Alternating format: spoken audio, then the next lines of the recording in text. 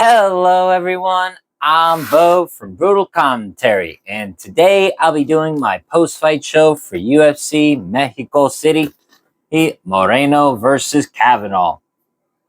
Overall, I thought this card performed pretty well, actually. I know it wasn't highly received just because there were a lot of debuting guys, a lot of fighters from Contender Series making their debut, as well as, like I said, the main event, Kavanagh versus Moreno. I know at the time wasn't very well received just because of the short notice of it all and some of the things that were on the Kavanagh side, coming off a knockout loss to Charles Johnson. But overall, I thought it was a pretty fun event. A lot of finishes on the prelims. The main card had a lot of great moments. There were some moments of dullness for me, but I think overall it performed really well. And the main event was absolutely spectacular from the perspective of seeing the new generation of flyweights. As I get to, and I'll get more detail to it. In the main event, Lone'er Kavanagh defeated Brandon Moreno in a contender-making performance. Is the best way I can put it. He put on a show, and really shows that this new generation of flyweights, like the Vans and Tyras and now Kavanaghs of the world, are really coming up. And we're seeing like a new haul. I mean, man, flyweight division is just so stacked. But again, I'll get more into that as I get to the main event. Like I said, overall fun card. I personally give it like a 7.5 out of 10 myself. Again, a lot of good finishes, a lot of good fights. Like I said, some moments of dullness, but overall it was a very fun night. But with that out of the way, let's start the post-fight show. In our first card, Damian Pinas defeats Wes Schultz via TKO at 2 minutes and 30 seconds of round number one. Overall, Pinas was just too explosive, too powerful, and just far too good of a striker for Wes Schultz. I said breaking this down that while I could see Wes Schultz being a problem just because of the ground game and the wrestling background, I just thought Pinas was just going to be too powerful and too explosive, and lo and behold, he was. Wes Schultz had a few moments where he got the fight to the ground, but he was never in a good position. He was always, all of his takedowns were sprawled. He tried an ankle pick that failed. And then you had Pinas trying to, get his own anaconda. But really, Pinas' striking was so on point. His jab cross is fired with such precision. It's like a piston. And it is no wasted motions whatsoever. He doesn't throw it at an off angle. It is straight down the pipe. And you saw it just hurt. He hurt Wes Schultz every time he touched him. As simple as that. He hurt him every single time. And so, I mean, Wes Schultz didn't really have anything of significance I can think of. It is a shame. He's a fun guy. He has a fun grappling style, but against such a powerhouse like Pinas, he was just too much, plain and simple. Well, so where they go from here, I like Pinas a lot. He's still only 23. He has a ways to go. In terms of like what I would like to see, maybe another wrestler striker hybrid. It's someone who could test both his pressure as a striker and his takedown defense at a higher level than this. Just because with Schultz, I don't think is the same level of athlete as some of the other middleweights. So I guess if you were to go in the opposite direction, give him a brawler, you could go with Mikhail Alexiejczuk if he's still in the UFC. If not, then maybe his brother Cesar Olejniczuk. Either way, that'd be a fun battle of strikers. Wes Schultz, I don't know if they cut him from this. This was a pretty bad showing. And this was after his second attempt on Contender Series. So I'm not sure where they go from here. But if you give him a fun grappler like the winner of Rodolfo Vieira versus Eric Mecanico, that's an option you can make. Either way, Pinas might be the goods. We'll see, though. Moving up on the card. Francis Marshall defeats Eric Silva via submission via rear naked choke at round number one. Francis Marshall did exactly like what the odds predicted, and frankly, what I and many other people predicted. He ran right through Eric Silva. Now, there was one moment of adversity where Eric Silva landed a spinning heel kick, and it did connect to Francis Marshall, but he had the glove up just in time, so not all the impact he didn't get hit with the full impact. Still, it was enough to off-balance him. But then after that, shot in a beautiful double leg, immediately takes Eric Silva to the ground. Really, Silva didn't really have much response once Silva got his hands on him. And then while Silva, I thought, did a good job exploding out of the arm triangle that Marshall attempted, he unfortunately just exposed his back. Marshall immediately takes it. And he switches grips a few times. First, it's a simple rear naked choke. Then he goes palm to palm. Then he doesn't even do that. He just does kind of a power submission because he's really just cranking it. It's not really adding a squeeze. And, I mean, Francis Marshall kind of had no choice. Or, sorry, Silva had no choice but to tap. His goose was cooked. Very quick fight to break down. Very quick fight to talk about. I mean, it was only, again, like the Pinos fight, right? 2 minutes and 29 seconds in this case. I mean, Francis Marshall is good. He's better than what his record indicates. And you look at some of those losses, right? Split decision over William Gomez, who's really good. Excuse me. Split decision over Myron Santos, who even Santos will admit he should have lost that fight. I mean, Francis Marshall is really good, actually. I don't know where they put him from here, though, because, like, I feel like we got to not rise him slowly, right? He is young, but he has some good UFC experience, but, don't shoot him too much up. I was thinking he was originally booked to take on Austin Bashi. I actually would like if they rebooked that fight because both are tremendous grapplers, pretty good athletes, albeit Bashi's going to be much younger than Silva, so I don't think he's fully filled into his frame. But I do think it would be a fun clash of wrestlers / grapplers with some pretty good striking, but I do favor Marshall in terms of the stand-up. Still, either way, I think Austin Bashi, Francis Marshall is a good idea. As for Eric Silva, done. He's not UFC level, unfortunately. And at 39, or almost 39, he just doesn't have much left to improve his game, unfortunately speaking. So for Eric Silva, I think this is the walking papers. There we go. Moving up on the card. Regina Tyrene, I believe is how you pronounce it, defeats Ernesto Karashkevich via unanimous decision. So originally it was supposed to be Sofia Montenegro. Instead it was Regina Tinrin. Excuse me. Now, I didn't actually post any video on it. It's kind of hard to do it when it's like a last minute change like this, but I was still going to pick Ernesto, so I do consider this a loss on my part that I got the prediction wrong. Regina, on short notice, mind you, about 3 days, she was supposed to fight in a Muay Thai match. Took this fight on short notice and just had an amazing display. These two put on an amazing fight. And to be fair, Ernesto has had a lot of fun fights before. I mean, watch the Carly Judice fight. That was amazing. For Regina, she fought smart on the feet. She used her boxing well and avoided getting overwhelmed by the volume of Ernesto.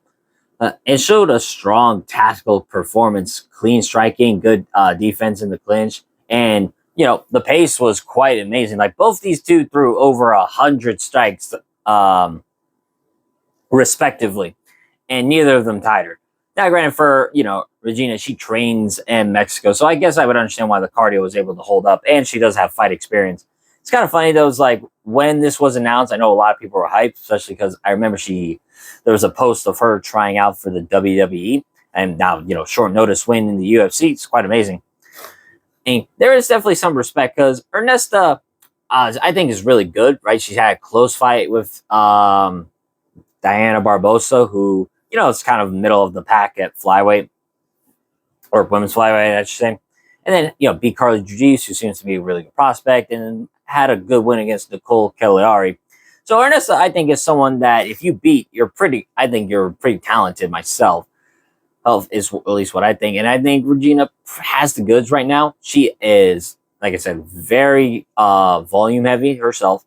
Might have more power just because she seems to be bigger. And good volume. Who she should fight next? It's kind of tough to say because in this division, right, if you win 2, 3, maybe even 4, you're kind of getting a shot. But I think Veronica Hardy is a good next test, right? Because while Veronica Hardy, I think, is going to be smaller in that matchup, she's definitely going to have the speed advantage over Regina. And I think that would be quite interesting, for sure. As for Ernesto, rough loss, but I think the rebooking of Montenegro makes the most sense, as that was going to be, I thought, a fun fight. And it could be. I think it still holds some value, but still, that was a great win from Regina. Probably the best. Well, obviously, this was best fight. You got fight of the night, but maybe the most talked about performance besides the main event. Now, moving up on the card, Javier Reyes defeats Douglas Silva de Andrade via TKO at round 1. Literally buzzer beater KO. Boy, Javier Reyes had me so nervous. I didn't think he would fight with his hands by his waist the entire time when I broke down this fight. And he was made to pay for it on quite a few occasions, specifically twice, right? De Andrade dropped him with a counter right the first time, then he rocked him again with a left hook. And, I'll say this, Reyes did a good job of keeping composure, and even after getting clipped and nearly finished twice by De Andrade. Though granted, I don't know if it was just De Andrade getting overzealous himself or just a lapse in judgment, but then he got caught by Reyes pretty badly. He got dropped. And then from there, Reyes did good job of keeping full mount as well as back control. And while De Andrade tried to like buck him off or scramble out of bottom position, Reyes had a pretty good center of gravity, pretty good balance, and was able to stay on top. And then from there, just lay on the ground and pound. And you could see while De Silva wasn't necessarily outright, he didn't take what's a good example? Yes, like remember the Curtis Blades, Alistair Overeem type ground and pound where literally Blades is hitting Overeem with elbows so badly he's just bleeding on that canvas, like blood is spearing. It wasn't that necessarily bad of ground and pound, but dude, you cannot just wave your finger at the ref and say you're like I'm okay. You gotta move. You gotta block. You can't just keep doing this. You gotta move. So I completely agree with the stoppage by Herb Dean. I just think, and even then, you saw De Silva's face after the fight, right? His eye was pretty swollen, and I think it was his right eye, or that side of his face got busted up pretty badly.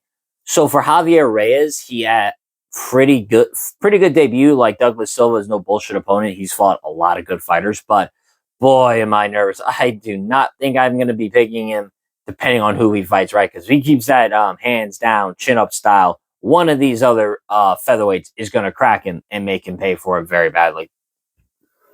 Still, a win's a win. And he beat a very good opponent. Granted, one who's winless at the UFC featherweight division, but nevertheless, a good bantamweight. Wait, so who Javier Reyes should fight next? I guess maybe a more technical striker, or just to see how his pressure translates against someone who's more refined, right?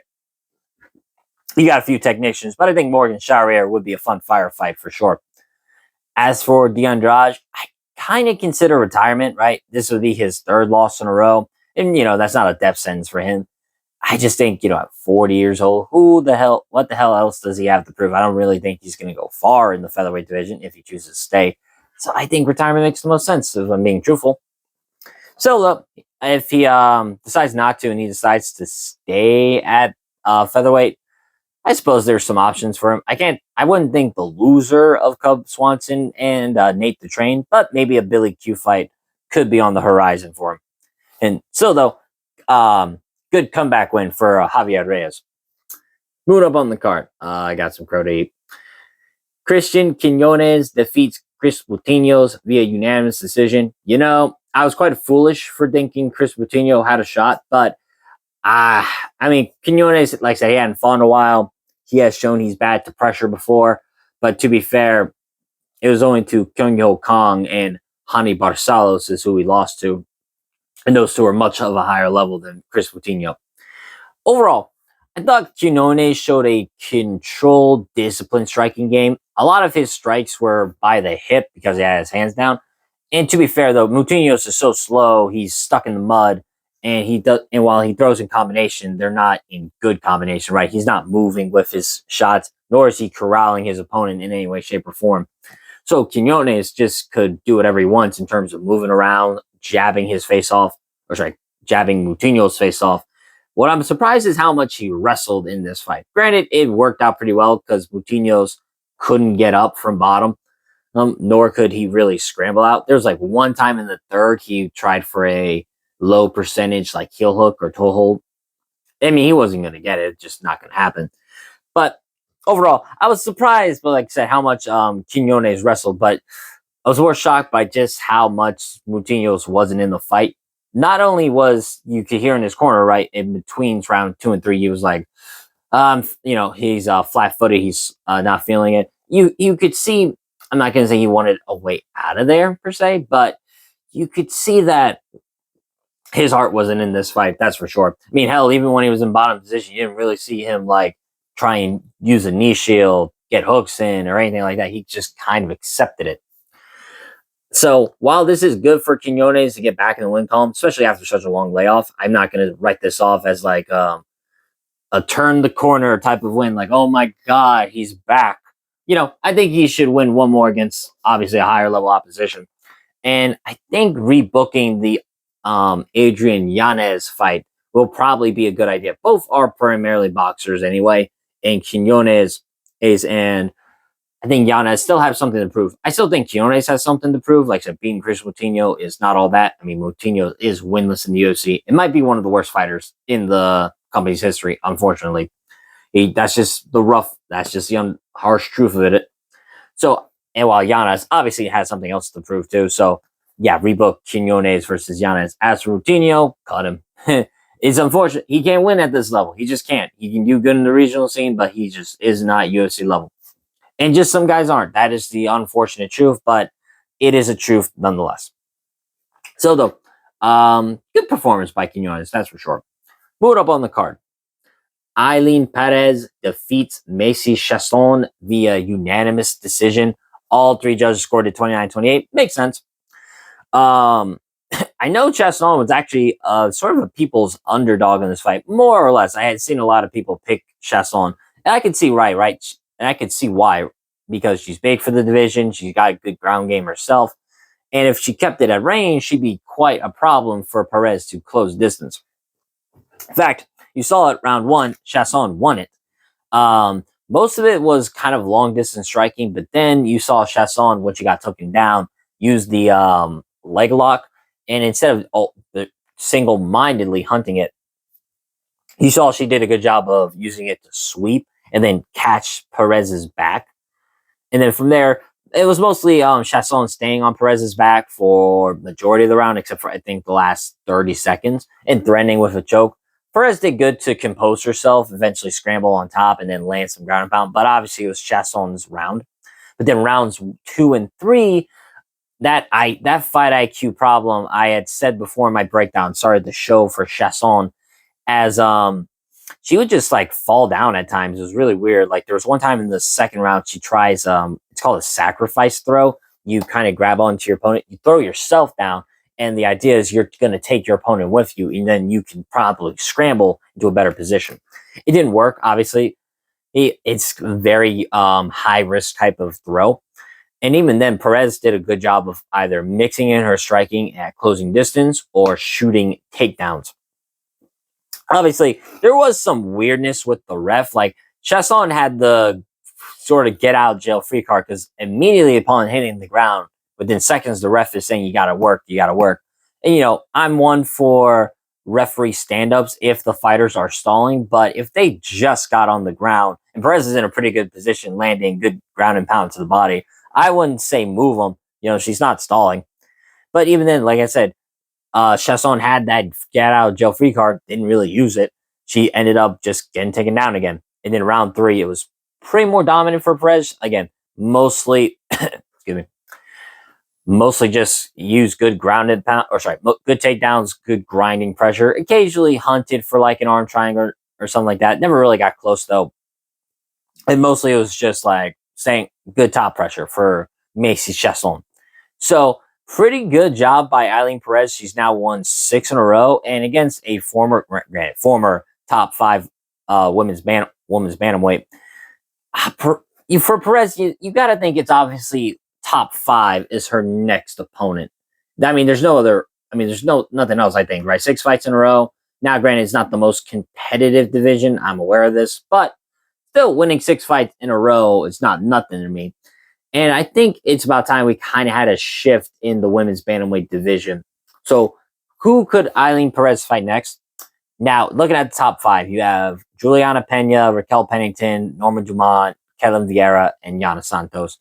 Um, Dumont and Santos are going to fight. That's 3 versus 5. I know Ketlin Vieira is scheduled to take on Jacqueline Cavalcanti. That's 4 versus 10.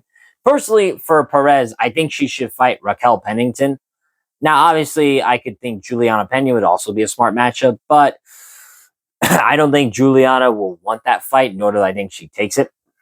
As for Raquel Pennington, she's kind of just been squatting on her number 2 ranked since January of 2024, right? She hasn't fought since her loss to Pena. Or excuse me, not January, but October of 2025. My apologies. But so she hasn't fought since that loss to Pena. And I know she was scheduled to take on Norma Dumont originally at UFC Noche and then had to pull out. But still, she's kind of been sitting on that ranking, I'm going to be honest. I think it's a good chance for Eileen Perez to boost up. Plus, it'd be a tricky matchup, right? Raquel's tough. She's got good cardio. She's got good defensive wrestling. And she, like like Perez, is a grinder too. Though I do think she might be a better boxer. So I think that'd be a good next test for Eileen Perez. As for Chasson, this is kind of rough, right? This is her 3rd loss in a row. I do think she can still get wins in the division. I just don't know who she can fight, right? I guess I was gonna say Bueno Silva, but she's booked to fight someone else. Right, Michelle Montague. Maybe a Misha Tate, maybe a Luana Santos. I mean, I could see a Jocelyn Edwards fight for her too. I would actually quite enjoy that fight. But still, it's got to be someone in the top 15 or I guess 10, 11 and below. So we'll see what comes next for Chasson. But still, good moving up the ladder, I guess you could call it, for Perez. Moving up, our featured prelim. Ryan Gandara defeats Jose Mendia, or let me rephrase this, he ran over Jose Mendia in less than a minute. TKO in the first round. I mean, it was over relatively quick. Like there wasn't even really a filling out process. It was lull in the action for about a few seconds, and then Gandra immediately came out with aggression and power. And there wasn't much Mendia could do once Gandra locked on his offense, because he had Mendia up against the fence, started loading up bombs on Mendia. It had a good knee up the middle, but mostly it hit the chest. But then once Gandra was able to land solidly on Mendia, it was all over. I mean, he just swarmed him. And, Mendia complained about stoppage. What else was the referee going to do, right? He was kind of out the moment he hit the floor. And Gandra was just going to keep hitting him. That was a quick win from Gandra. Now, obviously, I don't know how much there is to talk about this one in particular, because while Gandra showed he's an explosive force, he beat the worst middleweight I think I've ever seen.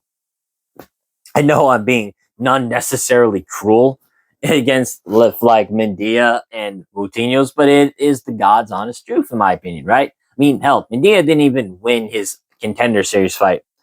And now, if you count that in this as well, was that 6 losses in a row?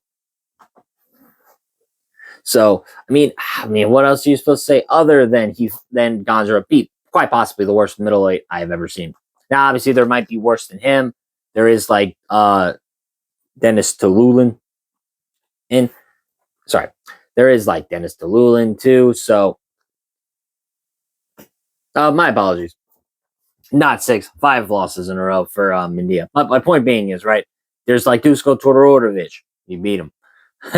Right? Dusko beat Mendia. So it's hard to say, right? And I know there's Dennis Talulin, but I think even he could beat Jose Mendia. So while this is a great debut for Ryan Gandra, showed what he is so far, a berserker, it wasn't against good high-level opposition. Still, though, a win's a win, and at the end of the day, and a good debuting win at that. So who Gandra could fight next?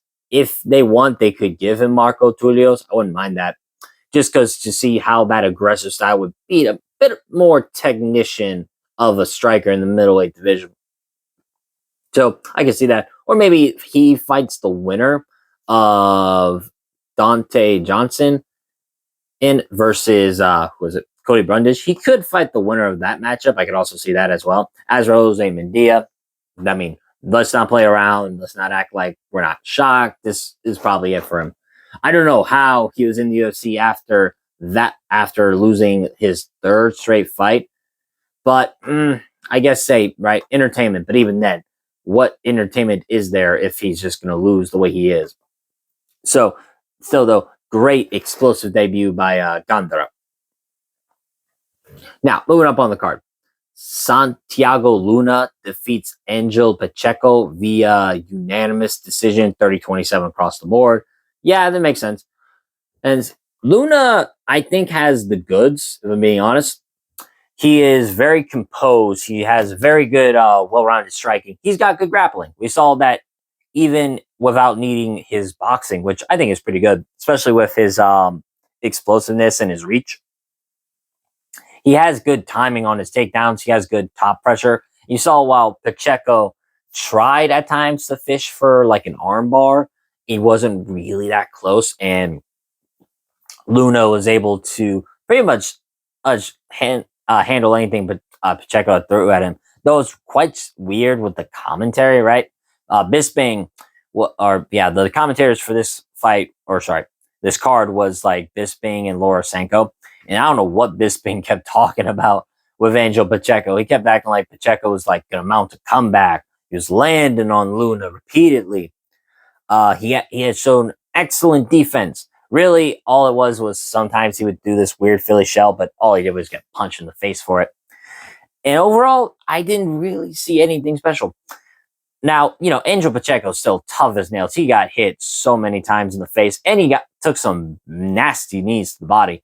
But at the end of the day, he's got a head like a brick, and he didn't go down. So I think this is kind of good for Luna, right? He had only ever won via finish, and while it does suck going to your first decision against someone who, more or less, you could argue he was supposed to finish, it is still good 15 minutes of experience in the UFC, or 3-round experience in the UFC. And it shows he can still be composed even when tired, as it did seem he was slightly fading in the third, but he still put on such a strong performance that it didn't really matter. Now, who they should fight next? I know Luna called for Alexandre Topuria. I don't think he's getting that fight. I think they're a little too far apart in terms of their careers right now. Could they fight in the future? I could see that as a possibility, but obviously not right now. But there's plenty of other bantamweights for Santiago Luna to fight. In fact, I think more of a slow rise makes more sense. And if the UFC wants, I think him versus the winner of Gaston Bolaños versus Jinyu Lee would probably be a sensible fight. Or against maybe a Jamal Emmers, or sorry, that's featherweight. My apologies, folks. There we go. But as I was saying, the winner, right? Yeah. Of Gaston Bolaños and Jinyu Lee, or maybe even Azami Jr., right? I can see Luna fighting him. That'd be a fun fight too, as well for me. Now, oh, sorry, another featherweight. Why do I keep mistaking featherweights for bantamweights? My apologies, folks. As for Angel Pacheco, I'd say really just cut him. Again, another guy who might not really be UFC level. He didn't win his Contender Series fight either. I mean, he's shown a good chin. And maybe if they were to match him up against someone relative to his level, I could see him possibly getting a win. But I just think it's probably smarter to cut him. That's just, again, how I want to say, just the honest truth. That's what I think. But still, a good steady performance by Santiago Luna. Moving up on the card. Emmanuel Rodriguez defeats Kevin Borjas via TKO of round 2 at 4 minutes and 21 seconds. Boy, there was a scare in the first round for Rodriguez. Rodriguez, he's very quick, very powerful, very explosive. You can see he's very aggressive as well. He's always the first one initiating contact and the first one to throw out offense. And it works pretty well, right? You can see him kind of swarming Borjas. But Borjas was able to land, I believe it was a check left hook that immediately rocked and possibly knocked out Rodriguez. But you can see after Rodriguez fell, he kind of got back up, but then he got rocked again by by some more, or sorry, Borjas continued his flurry, and then you can see it hurt Rodriguez again, dropped him again. He got dropped twice in round one, but he was able to stay composed for the most part, get a takedown in, and then stay in top position for the remainder of the round. Now, obviously, I don't think Rodriguez won round one. He obviously, it was Borjas, right? He dropped him twice. He almost finished him. Makes more sense, but I showed good. How do I want to say? Good instincts. Yeah, good instincts by Rodriguez to get that takedown in, even while he was dazed, and showed he is composed under fire. And then round two comes in, and Manuel is still pretty aggressive. I don't know what happened to Borjas' offense, but he didn't really get going at all in this fight at round two, which is so weird because he hurt Rodriguez in round one. But still, Rodriguez was the one who was initiating offense again. Good teeps to the body, explosive darting punches. Eventually, Rodriguez lands one overhand that grazes the temple. And it was kind of reminiscent to Edson Barbosa's Shane Burgos to me, as Borjas looks fine, and then his body sort of fails him, and he falls. And from there, Rodriguez swarms him immediately and finishes him off in round two. This is a good win by Rodriguez, right? He showed good ability to come back from adversity, really good at staying calm under fire, and showed he has some really good power. He is an athlete for sure, right? He's very powerful and very fast for flyweight. I think he might be a little over aggressive at times. You saw, like I said, Borjas caught him with that check left hook. And I can see other counter strikers, like, say, obviously this is way up in the rankings, but still, like, say if he fought Kyoji, I think Kotoguchi would catch Rodriguez multiple times, as well as, say, Joshua Van, right? Now, obviously, I'm talking in the highest rank of flyweights, but I'm just giving an example. I think some good counter strikers with a bit more aggression to them are gonna give Rodriguez some problems just right now, right? Rodriguez, he's still young, right? He's 7-0. Oh, obviously, if you don't count the Ultimate Fighter onto his record, or he is 7-0, and so he has a lot of room to grow. He's only 26, but beating Kevin Borjas is a big deal, right? Kevin Borjas, even though his record isn't the best, it's kind of like a Francis Marshall. He is still extremely good, or at least very skilled. It's just he's fighting at such a competitive weight class.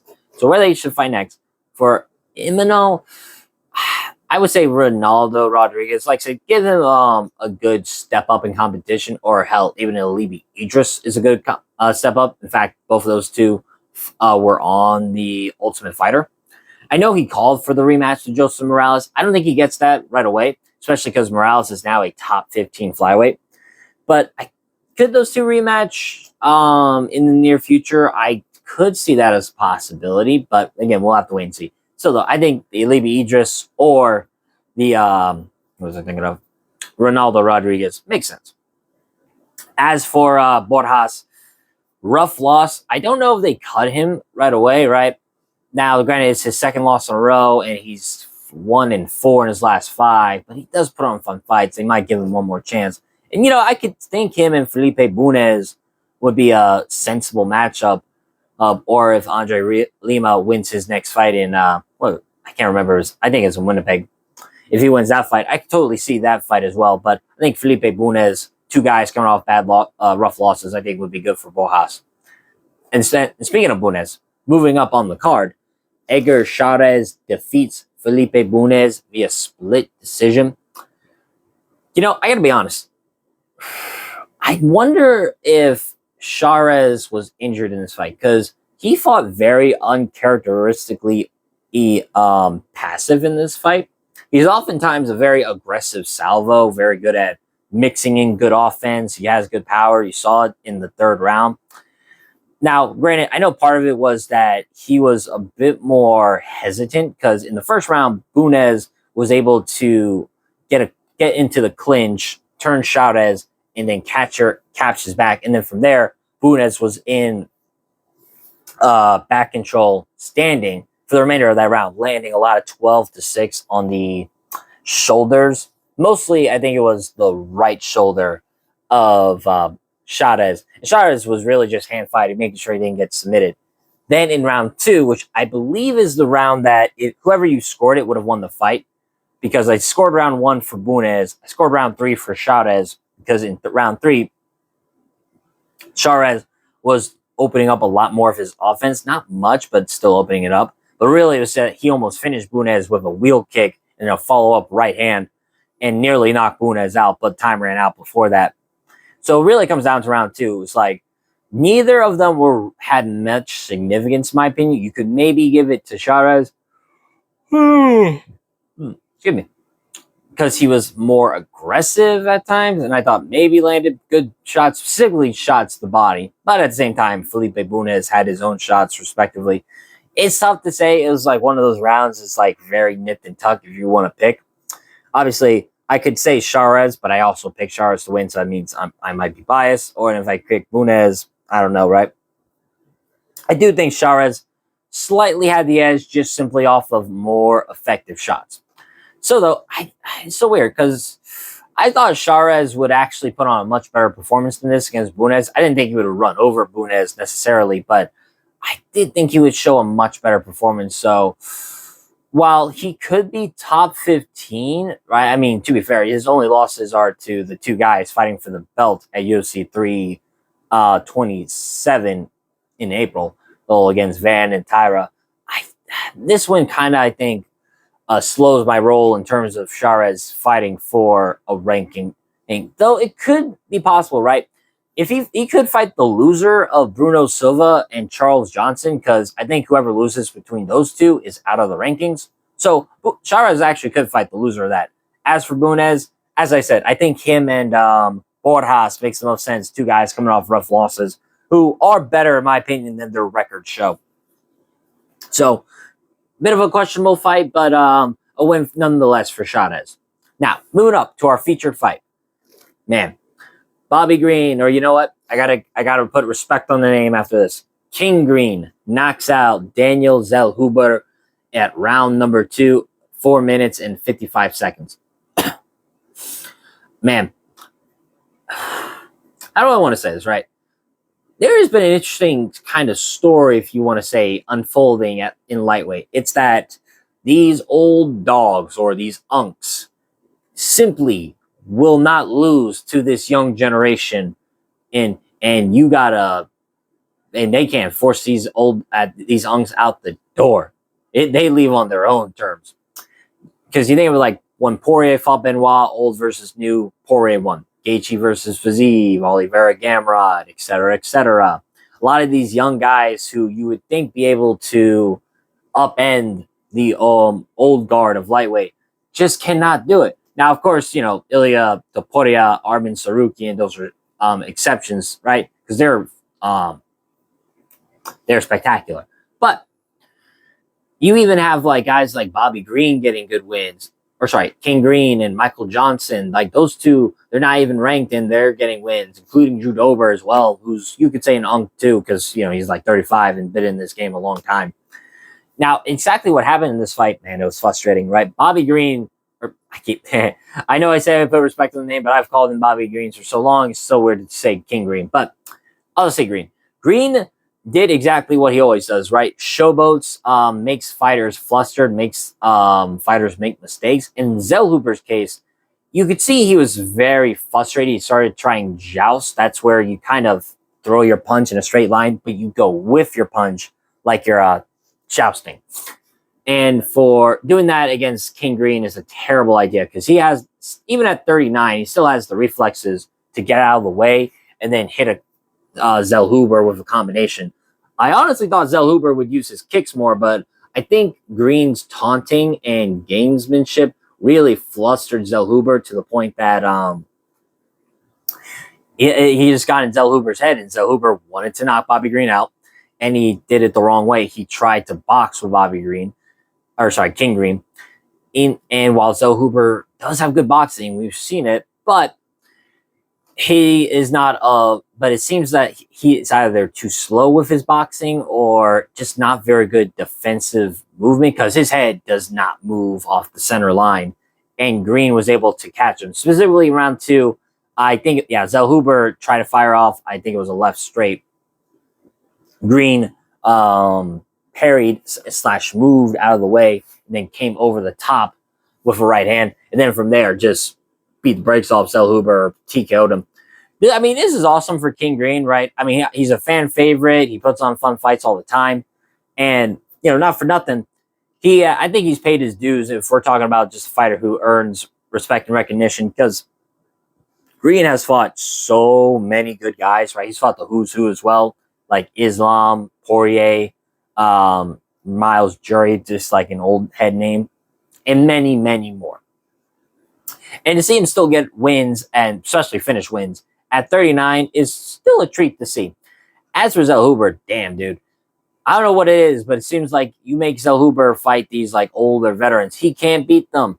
I don't know if it's like the trash talking, because like, not including this, but during the Johnson fight, Zellhuber and Johnson kind of had words, but I thought it was like most respectful. Maybe it gets in Zellhuber's head, but I think when opponents do very good and kind of show off as they're fighting Zellhuber, it seems to get in his head, and it kind of just gums up the works, if you will, for Zellhuber, and he becomes more stiff. He's more rigid with his striking. It's not really flowing. And I will say, not getting knocked out by Green really makes me wonder how hard Ribovic actually hits if he couldn't get Zellhuber out of there. Though, then again, Zellhuber was doing a much better job moving with the punches as along the fence. In this one, he was so rocked and dazed, he couldn't really do that. So though, it was a great win. Good fight by King Green, and just another piece of his history, right? He's been in this game a long time. I think he has over 50 fights. So it's always good to see fighters like Green not get the recognition that they deserve, and overall just put on good performances like this. Is who they should fight next. I know King Green called for Michael Chandler at the White House. The fight itself I really like, and I think it makes sense. I don't know if it happens at the White House, but I actually do agree with him. Bobby Green and Michael Chandler is a great fight. As for Zellhuber, this is 3 losses in a row. I don't know if they cut him. They might give him one more shot, but they got to stop giving him unks, because he cannot seem to beat them. And if they want to give Zellhuber a favorable matchup, I mean, Kyle Prepolek is a good option. But other than like those of Kyle Prepolek's level, I say I don't know if Zellhuber can beat them, if I'm being honest here. So though, like I said, great win by King Green. Moved up on the card. David Martinez defeats Chito Vera via unanimous decision. Pretty clearly, 29-28. I mean, it was a Chito fight from the highs to the lows to the hair pulling. It was a Chito fight. David Martinez, on the David Martinez side, he is such a fast athlete. You saw he has that moving in and out style. He comes from a kickboxing and karate background, and it shows, right? He has a lot of in and out movement. He's very good at firing off a leg kick, getting back into space, firing off a right hand, getting back into space, switch to southpaw, fire off a left hand, get back into space. You saw it constantly, right? Because Martinez was bouncing off the tip of his toes, on the balls of his feet, and again, that in and out movement. Granted, I think Chito did better if we're talking about throwing offense in comparison to the losses he had to Ivan Zahabi and Figgy. But it didn't really change his fortunes, because Chito, while I think he has good defense and he still has a granite chin, I thought maybe Martinez was going to finish him in this fight like we just saw Dan Ige, but I mean, it just shows the level of chins, I suppose, that Chito Vera has. It's on the level of Vettori. But he just couldn't capture it. There was clearly one of the biggest issues in this fight was the speed discrepancy, because Marlon Vera has never been a very fast guy. He's a very precise striker, very powerful, and he does have that ability to fire off a quick shot, a quick strike, but he's not necessarily a fast fighter, especially not someone of Martinez's caliber. And so Martinez had good body kicks, leg kicks, good in and out strikes. He even had some pretty good sweeps. He like ate a head kick, caught it, and then immediately swept Vera to the ground, and then got some good top pressure. And Jason Perillo, who is Chito Vera's coach, he did everything he could to try and motivate Chito. You lost 2 rounds, go after him. And you saw Chito tried. He always tries in the third round. That's his best round.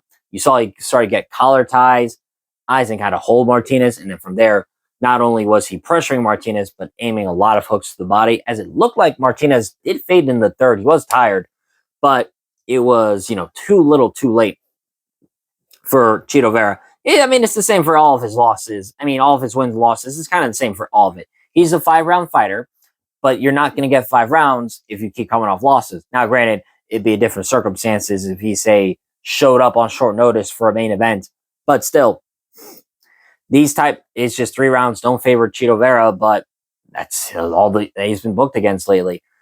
And it's just the anemic volume. Now, granted, like I say, he did better in the volume than he had in previous fights, but it just wasn't enough.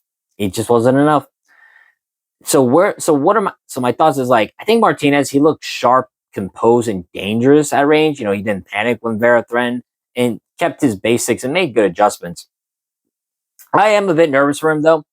Like, I know that's a weird thing to say, right? He's 3-0 in the UFC. He now has beaten both Rob Font and Chito Vera in only his 3 UFC fights. But I think he still has a lot of room to grow. And I think if he were, say, booked for a 5-round fight, I can see some fighters beating him. Because, like I said, we saw him slow down. Now, again, I think he is very good, David Martinez. And I think he will get some wins over top-level bantamweights. But looking at who he's got to fight next, right? Because he just beat the number 9th ranked Vera. So he'll probably jump up to 9. He's got to fight the likes of Mario Bautista, Deiveson Figueiredo, Ayman Zahabi, and then from there, the top 5. I don't think he beats anybody in the top 5 yet. Obviously, like I say, I think Martinez will grow, but I don't think he's beating Song Yadong, Sanhagen, O'Malley, Umar, or Morale. I don't see it happening. But I think if you were to matchmake next, I think you should give David Martinez probably Deiveson Figueiredo. That's another good type of fight for him. And it'd be the same as the last 2, right? Font and Vera, both older in the bantamweight division, at least in their 30s in comparison to Martinez. And it'd be a good fight against an explosive bantamweight and powerful bantamweight in Figgy. As for Vera, he's either probably going to fight an unranked guy or someone, in the top 15. I think if he loses that, the UFC might cut him because that will be 5 losses in a row. Could they give Marlon Vera Payne Talbot? I think they could, and I would actually, again, favor maybe Payne Talbot get the finish here. I don't know. Vinicius Oliveira, I think he's moving up to featherweight. He beat Rob Font. Kyler Phillips is a good fight for him, you might think, or, a sensible fight, or Montel Jackson. But for Vera, I think probably give him Payne Talbot next. So, again, good win for Dave Martinez, that's for sure. Moving up on our card. In our main event, before I get to our main event, if you like this video, like, subscribe, leave a comment down below on what you thought of the event overall. And just let me know if you enjoy the post-fight shows or any other constructive criticism and or ideas of how I can make these better. But without further ado, let's go back to our main event. In our main event, Lone'er Kavanagh defeats Brandon Moreno via unanimous decision, 149-46 to 48-47.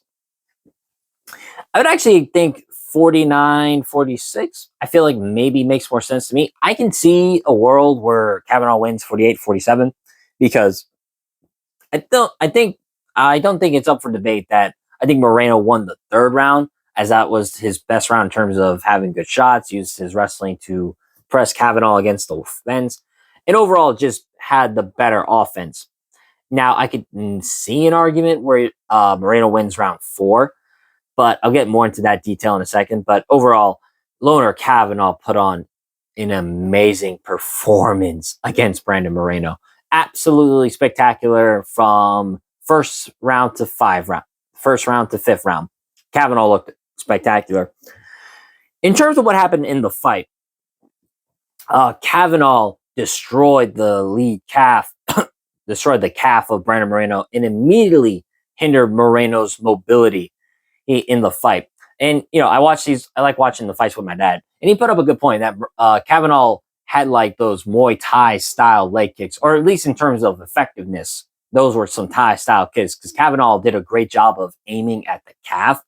And you can see about where the calf is to the quad, there was a noticeable, huge, like purple mark on Moreno's leg. And you see his mobility was immediately affected by it.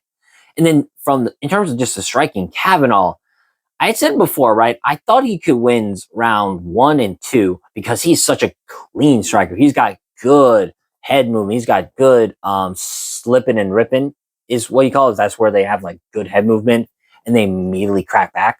You saw that, right? Because Kavanagh was able to lean back against like the lead hook of Moreno, fire off a counter right hand, good spinning back kicks to the body, head kicks. You saw him land a good head kick to the temple of Moreno, stumble it. In the second round specifically, I think was the most impactful round because Kavanagh nearly finished Brandon Moreno and with strikes and nearly TKO'd him.